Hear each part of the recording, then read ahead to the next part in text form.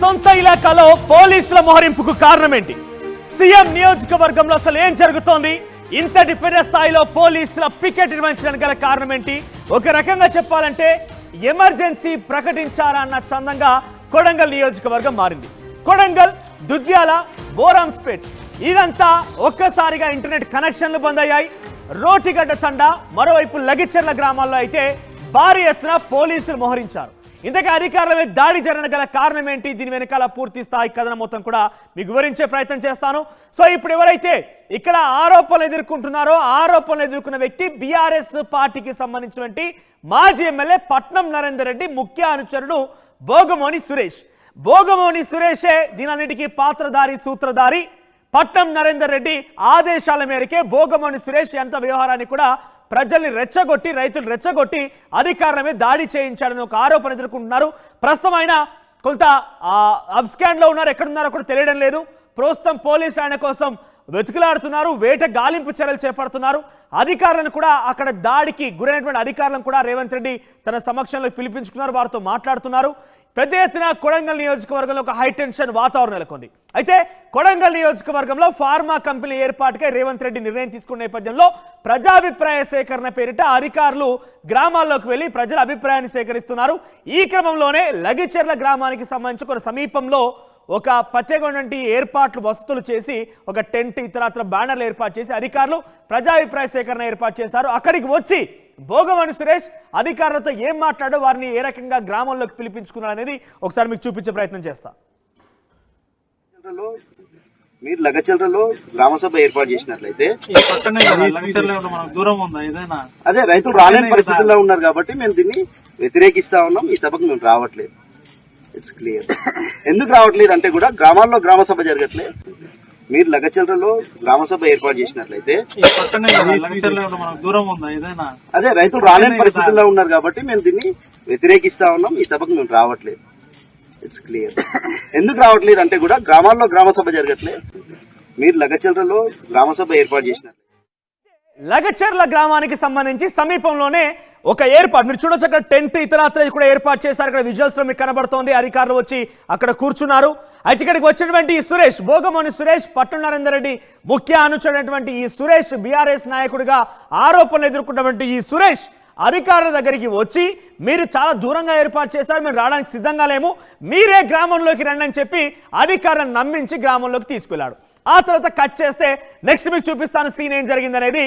అధికారులను పెద్ద పెద్ద బండరాళ్లతోని, కర్రతోని దాడి చేశారు. ఇక్కడ మీకు కనబడుతున్న స్క్రీన్ లో భోగమోని సురేష్ ఆయనే, ఇందాక మీకు కనబడ్డ వ్యక్తి ఆయనే సురేష్.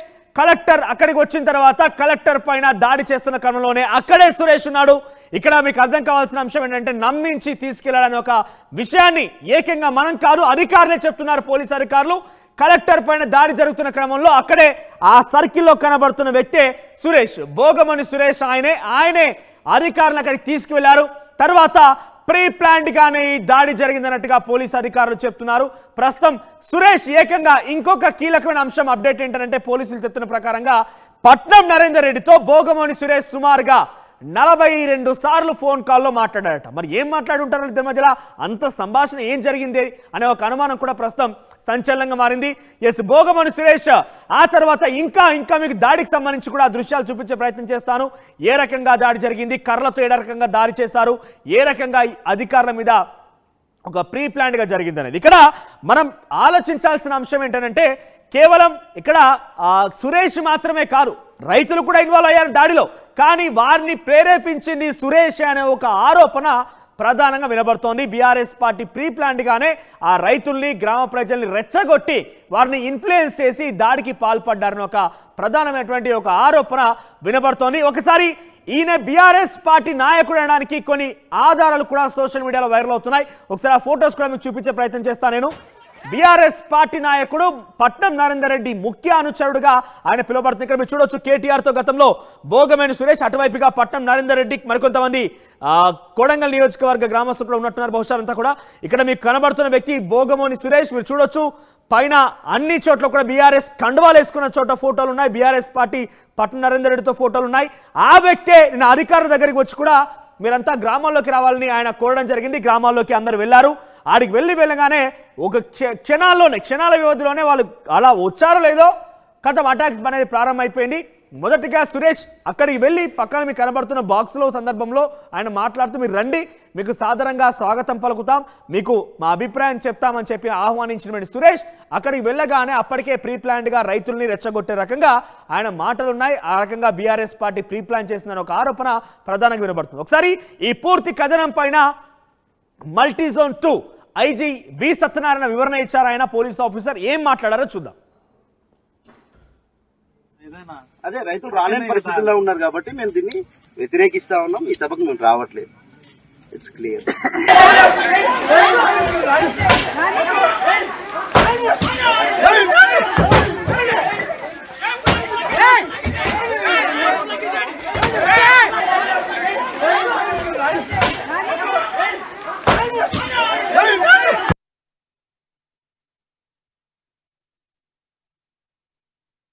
సుమారు 12:20 ఇట్లా గ్రామ వాస్తవ్యుడు వచ్చి ఇట్లా అడుగుతున్నారు అంటే పర్వాలేదండి, 2 కిలోమీటర్ల దూరంలో వెళ్తున్నాము అని తీసుకుని వెళ్ళి అక్కడ కూడా ఉన్నారు కాబట్టి వాళ్ళ అభిప్రాయం తెలుసుకుని వద్దామని వెళ్ళటం జరిగింది.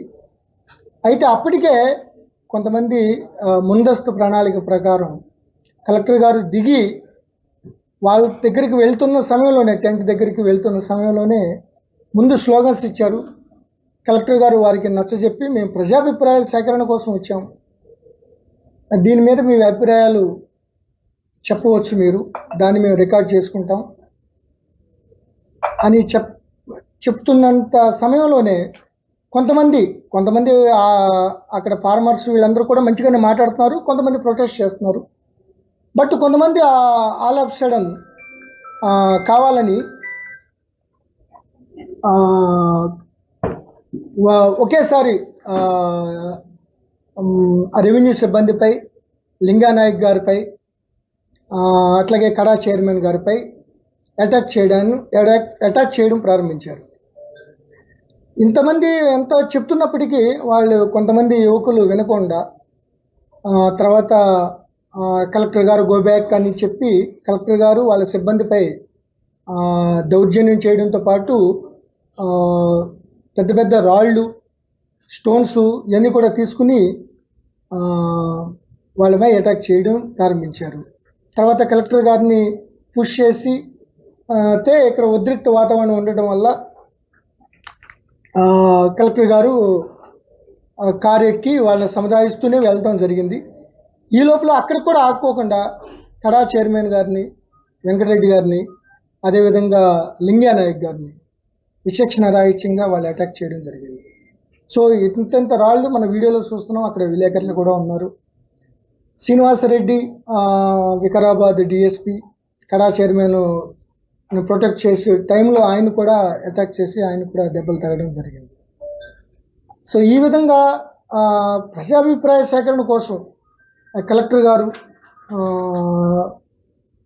వాళ్ళ అభిప్రాయం కోసం వాళ్ళ రిక్వెస్ట్ మీదే ఎక్కడైతే ఉన్న ప్లేసు 2.5 కిలోమీటర్ల దగ్గర ఉన్నప్పుడు ఒక మొగవోని సురేష్ అనే ఒక వ్యక్తి వచ్చి ఆయన రిక్వెస్ట్ చేసి అక్కడి నుంచి రమ్మన్నారు అని రిక్వెస్ట్ చేస్తే కలెక్టర్ గారు అందరినీ అభిప్రాయం తెలుసుకుని సరే అక్కడికి వెళ్ళొద్దాం, మన విలేజే కదా, వాళ్ళతో వెళ్ళి అడుగుదాం, వాళ్ళ అభిప్రాయం చెప్తారు అని చెప్పే టైంలో అభిప్రాయం చెప్పమని అడిగితే ఈ విధంగా దుందుడుగ్గా వాళ్ళు ముందస్తు ప్రణాళికలో భాగంగా ఒక కుట్రపూరితంగా కొంతమంది మధ్యలో దూరి ఈ యొక్క దాడికి పాల్పడినట్టుగా మేము ప్రాథమిక సమాచారం ప్రకారం నిర్ధారణ అయింది. ఇప్పటికే 3 ఎఫ్ఐఆర్లు రైటింగ్ మంచి గట్టి సెక్షన్లు వేసి, ఎందుకంటే ఏ రాయి ఎక్కడ తగిలినా కూడా అది ప్రాణాపాయం సంబంధించింది. చూస్తూనే ఉన్నాము. కారును బదల్లో కొట్టారు, కారును డ్యామేజ్ చేశారు, ఇష్టం వచ్చినట్టు రాళ్ల వర్షం కురిపించారు. సో వీళ్ళపై ఆల్రెడీ చాలామందిని ఇప్పటికే 15 మందిని ఐడెంటిఫై చేసాం. మిగతా అంత వీడియో చేస్తున్నాం. అట్లాగే ఎవరెవరు ఫోన్లు ఎవరెవరికి చేశారు, ఎవరైతే దీంట్లో ప్రధానమైన అటాక్ చేసిన, దాడి చేసిన యువకులు ఎవరెవరితో మాట్లాడి ఎవరు ఇన్వెస్టిగేట్ చేశారు. ఎందుకంటే ఎన్నో టీజీఐఏసీని కానీ ప్రాజెక్టుల్లో కానీ సెజల్లో కానీ ఈ అభిప్రాయ సేకరణ ఇవన్నీ ఇటువంటి ప్రాసెస్ జరుగుతూ ఉంటాయి. ప్రొటెస్ట్ చేస్తూ ఉంటారు రైతులు కాబట్టి, సున్నితమైన అంశం కాబట్టి చాలా సంయమనంగా దాన్ని ఆ ప్రాసెస్ కంటిన్యూ అవుతుంది. దాని దృష్టిలోనే కూడా మేము పోలీసులు ఈ గత 4-5 ఇన్సిడెంట్లు అయినా కూడా ఎంతో సంయమనంగా రైతులకు సంబంధించిన విషయం కాబట్టి ఎంతో సంయమనంగా ఉండి దాని యొక్క వాళ్ళ రైట్, మొత్తం మీద ఇది విషయం. పోలీస్ అధికారి చెప్తున్న ప్రకారంగా బీఆర్ఎస్ పార్టీకి సంబంధించినటువంటి భోగమోని సురేష్ కుట్రలో భాగంగానే అంతా జరిగింది. ప్రస్తుతం అయితే 55 మంది అరెస్ట్ చేశాం. మరికొంతమంది ఎవరెవరితో కాంటాక్ట్ లో ఉన్నారు, ఎవరెవరికి ఫోన్ చేశారు, వారి విషయాలను కూడా తేటతెల్లం చేసే ప్రయత్నం చేస్తున్నాం. ప్రాథమికంగా అయితే బీఆర్ఎస్ పార్టీకి సంబంధించిన భోగమోని సురేష్ దీని వెనుక ఉన్నారనే ఒక కుట్ర కోణం ఉందని చాలా స్పష్టంగా వారు చెప్తున్నారు. ఒకసారి మనం కూడా లైవ్ లో సురేష్ కి కాల్ చేసే ప్రయత్నం చేద్దాం. ఎందుకంటే ఆయన ఈ విషయంలో అనేక ఆరోపణలు ఎదుర్కొంటున్నారు. పోలీసు అధికారుల మీద దాడి విషయంలో ప్రధానమైనటువంటి నిందితుడిగా ఆయనను సురేష్ కి ఎవరైతే ఆరోపణలు ఎదుర్కొంటున్నారో భోగమని సురేష్ కి మనం కాల్ చేస్తున్నాం. ఆయన ఫోన్ స్విచ్ ఆఫ్ వస్తోంది. 4 బృందాలుగా ఏర్పడి ప్రస్తుతం ఆయన కోసం గాలింపు చర్యలు చేపడుతున్నట్టు తెలుస్తోంది. మీరు కాల్ చేస్తున్న నంబర్ ప్రస్తుతం స్విచ్ ఆఫ్ చేయబడింది. దయచేసి కొంత సమయం భోగమని సురేష్ ఆరోపణలు ఎదుర్కొంటున్న వ్యక్తికి మనం కాల్ చేసాం. స్విచ్ ఆఫ్ వస్తోంది. ప్రస్తుతం ఆయన కోసం 4 బృందాలుగా విభజన జరిగి పోలీసులు ఆయన కోసం గాలింపు చర్యలు చేపడుతున్నారు. మరిన్ని అప్డేట్స్ మా ప్రతినిధి మణికంఠ అందిస్తారు. మణికంఠ, ప్రెజెంట్ సిచ్యువేషన్ ఏంటి? అంటే ఇప్పటికే భారీ ఎత్తున పోలీసులు మోహరించినట్టు తెలుస్తోంది. ఒక పోలీస్ పికెట్ కొనసాగుతోంది. ఒక ఎమర్జెన్సీ సిచ్యువేషన్ కొడంగల్ నియోజకవర్గంలో నెలకొంది. అటు బోరాంస్పేట కావచ్చు, తర్వాత దుద్యాల మండలం కావచ్చు, కొడంగల్ మండలం కావచ్చు, ఈ 3 మండలాల్లో ఇంటర్నెట్ సేవలు బంద్ అయిపోయినట్టుగా మనకు సమాచారం అందుతోంది. ముఖ్యంగా పోలీసుల పహారా ఎక్కువైపోయింది. సో ఇప్పుడు సిచ్యువేషన్ ఏంటి కొడంగల్లో? మనోజ్, మొత్తానికి కొడంగల్లో జరిగినటువంటి హింసాత్మక ఘటన ఏదైతే ఉందో దీంట్లో సంచలన నిజాలు బయటకు వస్తున్నాయి. పూర్తిగా అయితే రైతులతో ప్రజాభిప్రాయ సేకరణ నిర్వహించేందుకు జిల్లా అధికారులంతా కూడా ఏదైతే దుద్యాల గ్రామ పంచాయతీ సమీపంలో పూర్తిగా ఏర్పాటు చేసినటువంటి పరిస్థితి. అక్కడికి రావాలంటూ కూడా ఎవరైతే భూములు కోల్పోతున్నటువంటి రైతులందరికీ కూడా ఇన్ఫర్మేషన్ ఇచ్చారు. అక్కడికి వెళ్లే క్రమంలో కొంతమంది రైతులు పలు అనుమానాలను లేవనెత్తుతూ అక్కడికి ఎవరు వెళ్ళరాదు, అక్కడికి వెళ్ళినట్లయితే మన భూములను మనం కోల్పోయేటటువంటి అవకాశం ఉందంటూ కూడా ఎవరు కూడా అక్కడికి వెళ్ళలేనటువంటి పరిస్థితి. ఈ నేపథ్యంలోనే అందరూ లగచర్ల గ్రామంలో సమావేశమయ్యారు.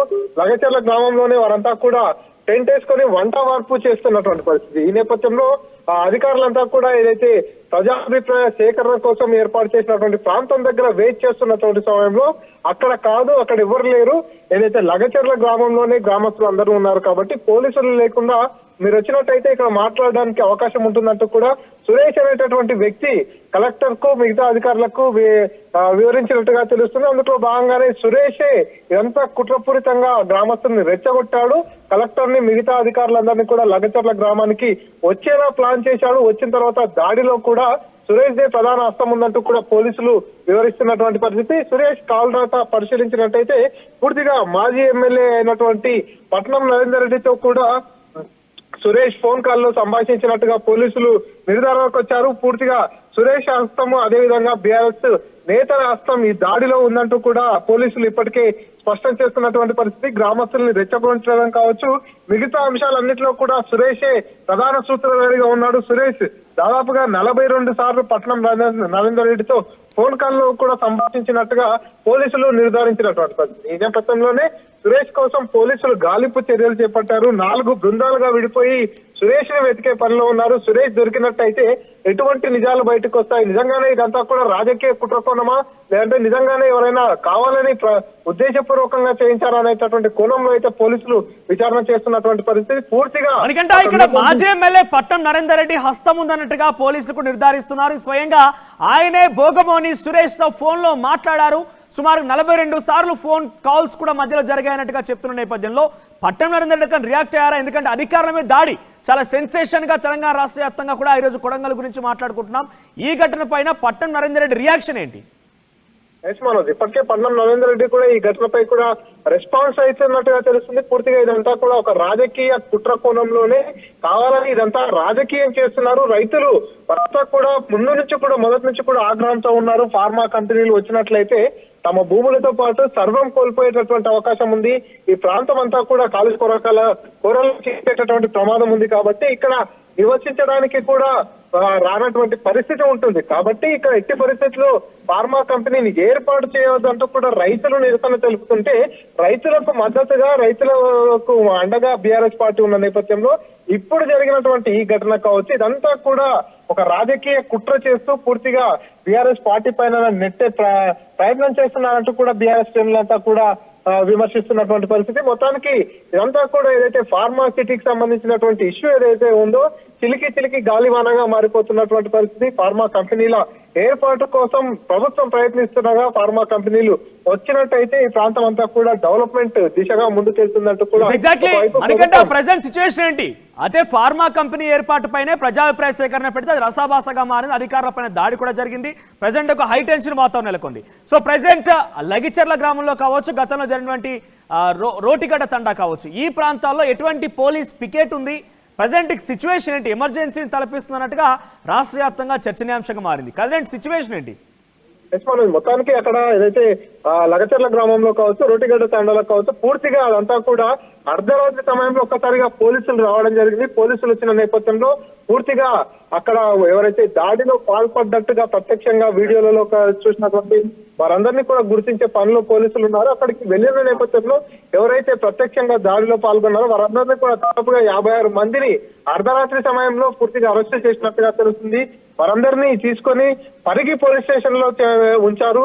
సో మిగతా వారు కూడా వీడియోల ఆధారంగా ఎవరెవరు దాడిలో పాల్పడ్డారు, ఎవరు అనేటటువంటి వివరాలు సేకరిస్తున్నటువంటి పరిస్థితి. ఈ నేపథ్యంలోనే ఇప్పుడు ఏదైతే రోటిగడ్డ తాండా కావచ్చు, లగచర్ల కావచ్చు, మిగతా గ్రామాలు కూడా ఒక టెన్షన్ వాతావరణం ఉంది. ఎందుకంటే అర్ధరాత్రి సమయంలో భారీ ఎత్తున పోలీసు బలగాలు అక్కడికి చేరుకోవడం, ఇళ్లలో ఉన్న వారందరినీ కూడా నిద్రలేపి పూర్తిగా ఎవరైతే దాడిలో పాల్పడ్డ వారు ఉన్నారో వారందరినీ కూడా సోదాలు చేసి వారందరినీ కూడా తీసుకెళ్లిన నేపథ్యంలో మళ్ళీ ఏం జరుగుతుంది, ఎవరు వస్తారు, ఇంకా అనుమానితులు ఎవరు అనేటటువంటి కోణంలో కూడా పోలీసులు ప్రశ్నల వర్షం కురిపించిన నేపథ్యంలో మళ్ళీ ఏం జరుగుతుంది అనేటటువంటి ఒక టెన్షన్ అయితే లగచర్ల గ్రామంలో కావచ్చు, రోటిగడ్డ తాండాలో కావచ్చు, మిగతా తాండాలలో కూడా వెంటాడుతున్నటువంటి పరిస్థితి. ముఖ్యంగా నిన్న జరిగినటువంటి దాడి ఏదైతే ఉందో అదంతా కూడా రాష్ట్ర వ్యాప్తంగా సంచలనంగా మారింది. ఒక ఐఏఎస్ అధికారితో పాటు మిగతా అధికారులందరిపై కూడా దాడి చేయడం, వారి వాహనాలను పూర్తిగా ధ్వంసం చేయడం, పెద్ద పెద్ద బండరాలను ఎత్తి వాహనాలపై వేయడం, అదంతా కూడా పూర్తిగా ఒక రణరంగాన్ని తలపించినటువంటి పరిస్థితి. ఈ నేపథ్యంలోనే పూర్తిగా అధికారులంతా అలర్ట్ అయిపోయారు. పోలీసు ఉన్నతాధికారులంతా కూడా దీన్ని చాలా సీరియస్ గా తీసుకున్నారు. అందులో భాగంగానే రాత్రి మిడ్ నైట్ ప్రాంతంలో అక్కడికి వెళ్ళేసి వారందరినీ కూడా అరెస్ట్ చేశారు. బొమ్రాజ్పేట్ పోలీస్ స్టేషన్ పరిధిలో ఎవరైతే దాడికి పాల్పడ్డ వారు ఉన్నారో వారందరిపై ఎఫ్ఐఆర్లు కూడా నమోదైనటువంటి పరిస్థితి. సో మొత్తానికి అయితే ఇప్పుడు కూడా స్టిల్ నౌ అయితే లగచర్ల గ్రామం కావచ్చు, రోటిగడ్డ తాండా కావచ్చు, మిగతా తాండాల ప్రజలంతా కూడా భయం గుప్పెట్లో ఉన్నారు. అసలు ఏం జరుగుతుంది, ఎప్పుడు ఎవరు వస్తారు, ఏం జరుగుతుంది అనేటటువంటి ఒక టెన్షన్ వాతావరణం అయితే అక్కడ ఉంది. మనోజ్ రైట్, మనకంట మొత్తం మీద కొడంగల్లో హై టెన్షన్ వాతావరణం కొనసాగుతోంది. కొడంగల్ నియోజకవర్గంలో ఒక్కసారిగా ఎమర్జెన్సీ ఉన్నదా అనే చందంగా ప్రస్తుతం పరిస్థితి మారింది. ఇంటర్నెట్ సేవలు బంద్ చేయడం, ప్రస్తుతం పోలీస్ పికెట్ నిర్వహించడం, ముఖ్యంగా పెద్ద ఎత్తున పోలీసుల మోహరింపు ఎవరిని కూడా లోనికి రానివ్వకుండా అనుమతించకుండా అడ్డుకునే ప్రయత్నం జరుగుతోందంటే అక్కడ ఎటువంటి హై టెన్షన్ వాతావరణం నెలకొందో మనకు తెలియాలి. ఇప్పటికే రేవంత్ రెడ్డి అధికారులందరూ కూడా ఇక్కడికి రప్పించుకున్నారు. అధికారులతో రేవంత్ రెడ్డి మాట్లాడుతున్నారు. మరి రేవంత్ రెడ్డి ఈ విషయం పైన ఎటువంటి విధంగా ఉన్నారనేది మాత్రం చూడాల్సిన అవసరం అయితే ఉంది. ఈ యొక్క ఆరోపణల పైన బీఆర్ఎస్ పార్టీ రియాక్షన్ ఏంటి, బీఆర్ఎస్ పార్టీకి సంబంధించినటువంటి హస్తం ఎంత మేర ఉంది, వారి కుట్ర కోణాన్ని ఏ రకంగా పోలీసులు ఛేదించబోతున్నారో చూడాలి. మరి మీరు లగచర్లలో గ్రామసభ ఏర్పాటు చేసినట్లయితే అదే రైతులు రాలేని పరిస్థితుల్లో ఉన్నారు కాబట్టి మేము దీన్ని వ్యతిరేకిస్తా ఉన్నాం. ఈ సభకు మేము రావట్లేదు. It's clear. ఎందుకు రావట్లేదు అంటే కూడా గ్రామాల్లో గ్రామ సభ జరగట్లేదు.